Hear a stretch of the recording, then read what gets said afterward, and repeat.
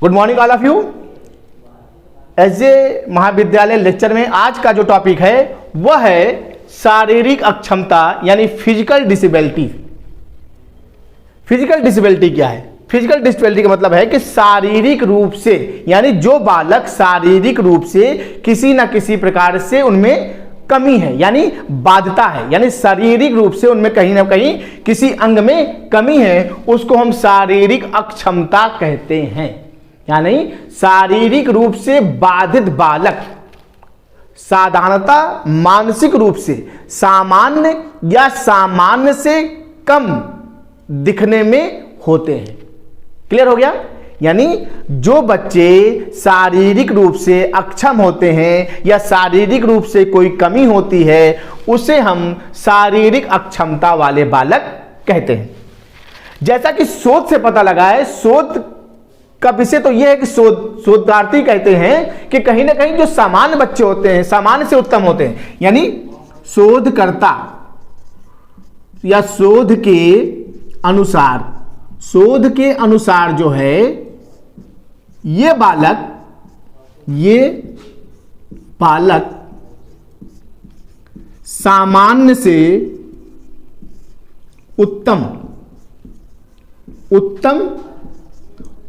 होते हैं। किस दृष्टि से? मानसिक दृष्टि से। मानसिक दृष्टि से, यानी मानसिक दृष्टि से कहीं ना कहीं ये बालक सामान्य से उत्तम होते हैं। क्लियर है? यानी शारीरिक क्षमता जिनके अंदर कमी होती है उनको हम शारीरिक अक्षमता या फिजिकल डिसेबिलिटी छात्र कहते हैं, परंतु इनकी आवश्यकताओं की पूर्ति ठीक प्रकार से नहीं हो पाती, किंतु इनकी आवश्यकता या आवश्यकताएं पूरी नहीं हो पाती। यानी इनकी जो आवश्यकताएं हैं वह पूरी नहीं हो पाती, क्योंकि ये शारीरिक रूप से क्या होते हैं? अक्षम होते हैं। शारीरिक रूप से ये अक्षम होते हैं, इसलिए इनकी आवश्यकताएं जो हैं वो पूरी नहीं हो पाती। परंतु इनके अंदर एक चीज पाई जाती है, जो शारीरिक बालक होते हैं उनमें उत्सुकता अधिक होती है। मतलब कुछ कमी है तो कुछ पॉजिटिव भी इनके अंदर होती है। इनके अंदर उत्सुकता अधिक होती है अन्य सामान्य बालकों की अपेक्षा। आते हैं, अब पता करते हैं कि कारण क्या है इसका।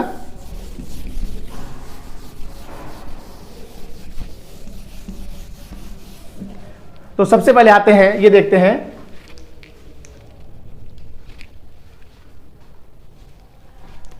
पहचान।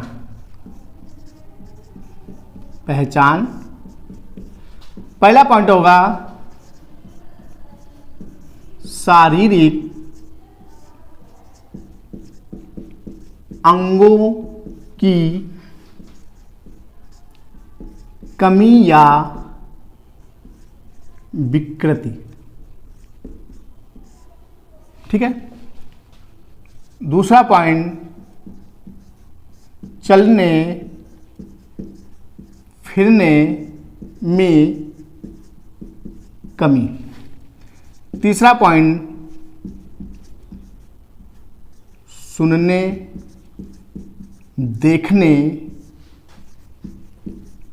समझने या किसी अंग की कमी। चौथा पॉइंट,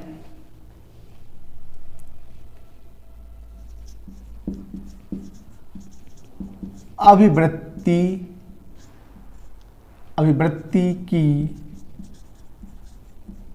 कमी। यानी इनकी जो पहचान है आप इनको दूर से ही देख सकते हैं कि शारीरिक अंगों में या तो कमी होती है या क्या होती है, विकृति होती है। चलने फिरने में क्या होती है, क्यों? क्योंकि कभी कभी देखा होगा लड़खड़ा कर चलना,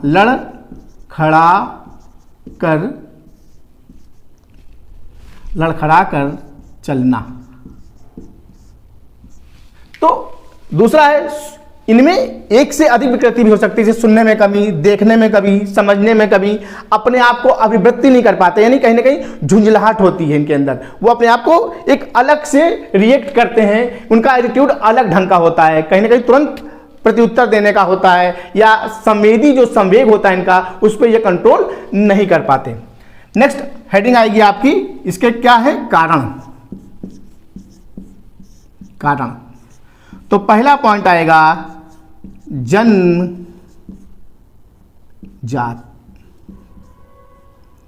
जन्मजात होता है। दूसरा पॉइंट आपका आएगा जन्मजात, यानी जो बच्चे जन्म के समय किसी न किसी प्रकार से अपंग होते हैं, उनमें किसी प्रकार की कमी आ जाती है, या पैर टेढ़ा हो गया, या उल्टा पैदा होने में क्या होता है कि क्योंकि पैर पतले होते हैं, पोलियो युक्त बच्चे पैदा होते हैं, ये भी हो जाता है। दूसरा है बीमारी, और तीसरा है दुर्घटना। यानी कुछ बच्चे बीमारी से भी, अगर कुछ बीमार बच्चे ऐसे तो ऐसी ऐसी बीमारी होती है जिससे कोई अंग काम नहीं करता है, जैसे मान लीजिए पैरालिसिस के शिकार हो गए, तो वो भी एक तरह से शारीरिक रूप से विकलांग की श्रेणी में आते हैं। कभी कभी क्या होता है, दुर्घटना, रास्ते में चलते कोई एक्सीडेंट हो जाता है, या आकस्मिक सीढ़ी से गिर जाते हैं, या ऊपर से कहीं गिर गए, इस कारण भी कहीं ना कहीं उनमें इस प्रकार की कमी पाई जाती है, जिसमें कि उनकी शारीरिक क्षति हो जाती है और वो शारीरिक रूप से क्या हो जाते हैं, विकलांग हो जाते हैं। क्लियर है, समझ आएगा नहीं आया? अब आते हैं विकलांग बच्चों के लिए शैक्षिक प्रावधान। विकलांग बच्चों हेतु शैक्षिक प्रावधान।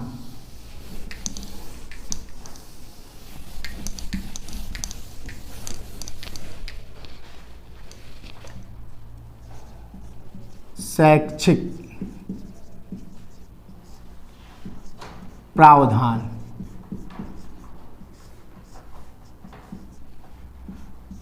शैक्षिक प्रावधान तो इस प्रकार के बच्चों को जो है हम कहीं ना कहीं स्पेशल चिल्ड्रेन या स्पेशल चाइल्ड बोल सकते हैं, और इनके लिए कहीं ना कहीं हमें ऐसी शिक्षा की आवश्यकता पड़ती है जिससे उनको उनके आगे भावी के जीवन और विकास करने में कहीं ना कहीं उनको मदद मिले। तो सबसे पहला पॉइंट आएगा, क्योंकि शारीरिक अक्षमता है, तो सबसे पहला पॉइंट आएगा उपचारात्मक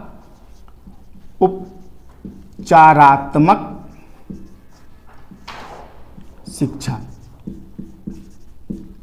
पहला पॉइंट आएगा उपचारात्मक, यानी इस प्रकार की इनको शिक्षा देनी चाहिए कि जो उनके शरीर की विकलांगता है उसमें कहीं ना कहीं उपचार हो सके, उपचार की सुविधा इनको मिले, जिससे इनका शरीर का उपचार हो सके।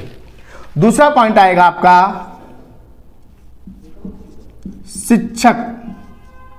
शिक्षक की भूमिका। तो शिक्षक की भूमिका से क्या तात्पर्य है कि जो सामान्य शिक्षक होते हैं वह विकलांग बच्चों पर ज्यादा ध्यान नहीं देते, वो सामान्य बच्चों पर ज्यादा ध्यान देते हैं और विकलांग बच्चों पर ज्यादा ध्यान नहीं देते। क्यों? क्योंकि उनको इस बारे में नॉलेज कम होती है और उनके अंदर सहानुभूति नहीं होती। तो हमें ऐसे शिक्षक चाहिए जो इनके साथ सहानुभूति कर सके, साथ में कौशल युक्त शिक्षण दे सकें। मतलब ऐसे शिक्षक चाहिए जो कौशल युक्त शिक्षण दे सकें, जिससे इन बालकों का कहीं ना कहीं आगे उत्थान हो और आगे ये अपनी चीजों को आगे ले जाने का प्रयास कर सकें। नेक्स्ट आते हैं तीसरा, विशेष कक्षा, या यूं कह सकते हैं विद्यालय भी कह सकते हैं। ये जो बच्चे होते हैं स्पेशल चाइल्ड होते हैं, तो इनके लिए विशेष कक्षा या विशेष विद्यालय की आवश्यकता होती है। अब आते हैं समावेशी। तो समावेशी में ये आ तो जाते हैं, लेकिन जब इनके अंदर विकलांगता कम ज्यादा होती है तो कहीं ना कहीं ये उस कक्षा को मैनेज नहीं कर पाते, इसलिए इनको विशेष कक्षा की आवश्यकता होती है। इसलिए इनको अपनी चीजों को समझना चाहिए और उनको बताने के लिए कहीं ना कहीं हमको ऐसे विद्यालयों की स्थापना करनी है जो इनकी स्थिति को समझे और इनके अनुसार शिक्षा को देने का प्रयास करे। नेक्स्ट आएंगे चौथा पॉइंट, पाठ्यचर्या का अनुकूलन। यानी इनका जो पाठचर्या है उसके अंदर कहीं ना कहीं अनुकूलन होना चाहिए। अनुकूलन से तात्पर्य क्या है कि ऐसी पाठचर्या बनाना चाहिए जिसमें अंगों का उपयोग कम हो। मतलब ऐसे पाठचर्या हमको रखनी चाहिए जिसमें अंगों का उपयोग कम हो, यानी प्रयोगात्मक कार्यों का उपयोग कम हो, जिससे इनकी जो शिक्षा व्यवस्था हो वह प्रभावित ना हो। ठीक है, नेक्स्ट पॉइंट आएंगे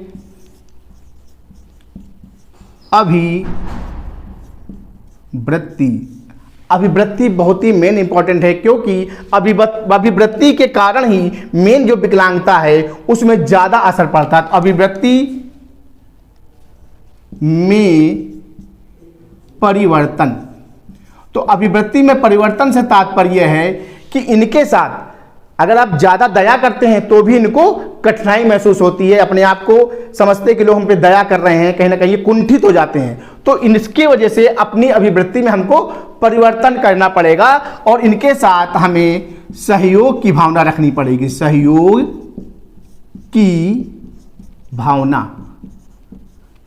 की भावना आगे लिख लेते हैं, ना कि दया की भावना। क्लियर है?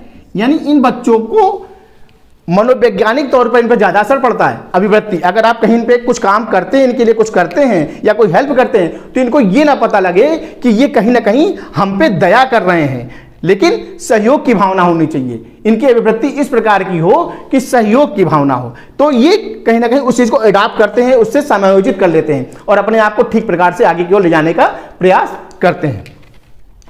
छठा पॉइंट आएगा प्रशासनिक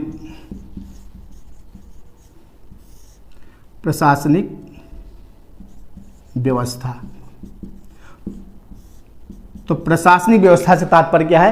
प्रशासनिक व्यवस्था से यह तात्पर्य है कि इनको हर चीज, मतलब किसी कामों में लिखें, कामों में छूट का प्रतिशत हो।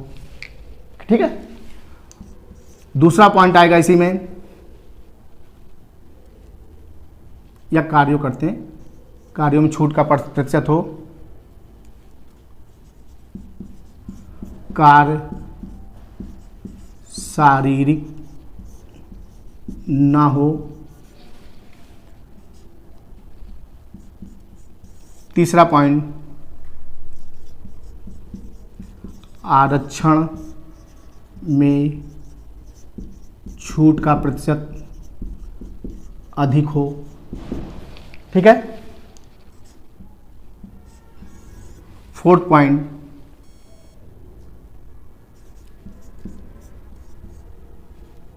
रैंप की व्यवस्था हो। पांचवा पॉइंट, परीक्षा के समय या समयावधि में प्रतिशत छूट हो। अर्थात कोई कार्य करे तो उसमें इनको छूट दी जाए, यानी कार्य का समय अगर किसी के लिए सामान के लिए अगर 1 घंटा तो उसको 1.5 घंटा दिया जाए। कार्य शारीरिक ना हो, मतलब कोई ऐसा काम हो जो मेंटली रूप से वो बैठ के किया जा सके। आरक्षण, कोई जॉब है, सरकारी जॉब है या केंद्रीय जॉब है तो उसमें उनको छूट देनी चाहिए। आने जाने के लिए उनकी रैंप की व्यवस्था करनी चाहिए। परीक्षा की अवधि में इनको छूट देनी चाहिए। जैसे कभी कभी क्या होता है, जो बच्चे विकलांग होते हैं वो चलने फिरने में सक्षम नहीं होते, ठीक से लिख नहीं पाते, तो उनका समय अवधि भी थोड़ा बढ़ा देना चाहिए। ठीक है, और अगला पॉइंट यहाँ ले लेते हैं, इरेज कर देते हैं इसको।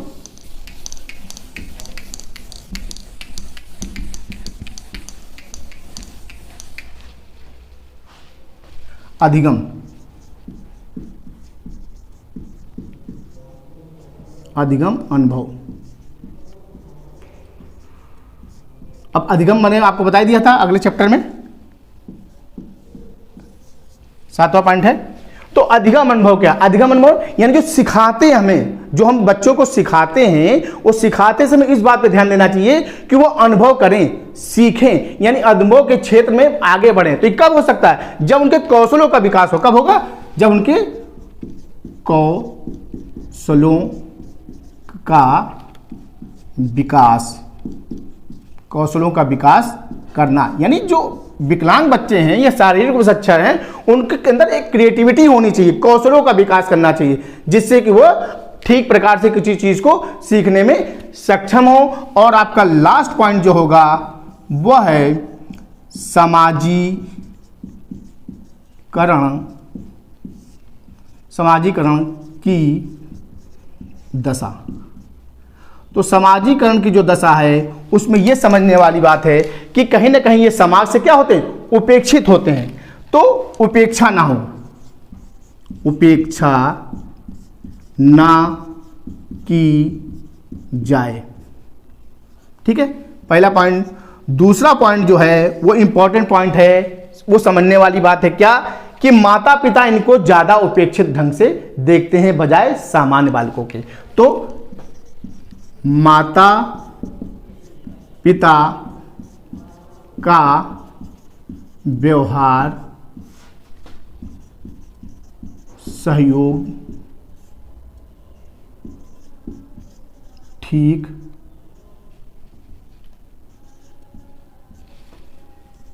प्रकार से हो, ठीक प्रकार से हो। ठीक है, तीसरा पॉइंट आएंगे समाज को सहर्ष अपनाना चाहिए। ठीक है, तो ये जो पॉइंट है, दूसरा पॉइंट, इसमें क्या होता है, माता पिता जब सहयोग नहीं करते तो कभी कभी क्या होता है, बच्चे घर छोड़ के भी चले जाते हैं, क्योंकि वो माँ बाप से ज्यादा उपेक्षित होते हैं। और उनको, उनकी अपेक्षा किससे होती है? माँ बाप से। क्योंकि जब तक घर के लोग सहयोग नहीं करेंगे तो बाहर के लोग सहयोग कैसे करेंगे? तो सबसे बड़ा पॉइंट है कि माता पिता का जो व्यवहार हो वह सहयोग ठीक प्रकार से हो, और समाज को सहर्ष इनको अपनाना चाहिए, इनसे द्वेष नहीं करना चाहिए, इनको दया नहीं दिखाना चाहिए। ये नहीं समझना चाहिए कि शारीरिक रूप से विकलांग है तो समाज का अंग नहीं है, ये समाज का अभिन्न अंग है, ये समाज का अभिन्न अंग हैं, ये समाज के अभिन्न अंग हैं, क्योंकि इनकी मेमोरी शार्प होती है, ये सामान्य से उत्तम होते हैं, कहीं ना कहीं इनको भी मुख्य धारा में लाने की बात होती है। क्लियर है? तो आशा करते हैं कि आज की क्लास से आप संतुष्ट होंगे शारीरिक शिक्षा, शारीरिक अक्षमता के बारे में। अगली क्लास में फिर मिलेंगे। धन्यवाद।